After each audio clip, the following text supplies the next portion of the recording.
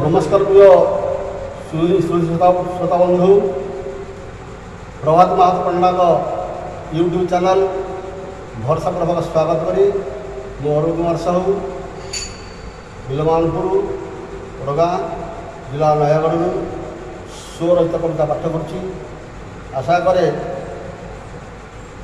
भल लगे यहाँ सब्सक्राइब करा संगे संगे शेयर करा भूल ना। कवितार शीर्षक उत्कल अक्षय तृतीया। अक्षय तृतीया पर्वर गरिमा उत्कल चिर ख्यात समय स्रोत हेले अतीत अक्षय तार महत्व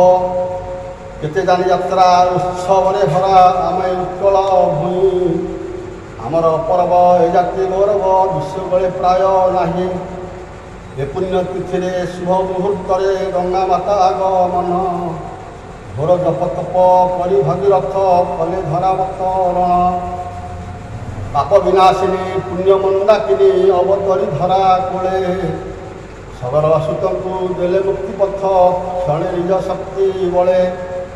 जमदग्निसुत रेणुका सम्भूत परशुराम धनुर्धारी अक्षय तृतीया शुभ लगन आसी अवतरी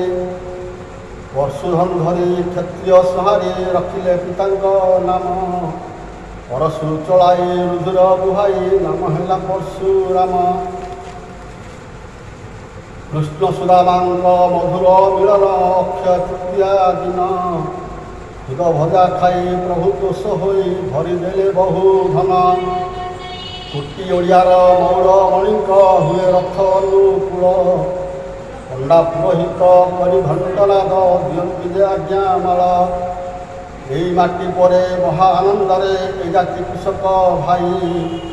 मुठी अनुकूल करे श्रद्धावरे सबुज फसल पाई निदाघ काल लंगल मूल खेत बाड़ी करी चाष मुंडर झाड़ू तुंडरे से मारी फलाए जे नाना शस्य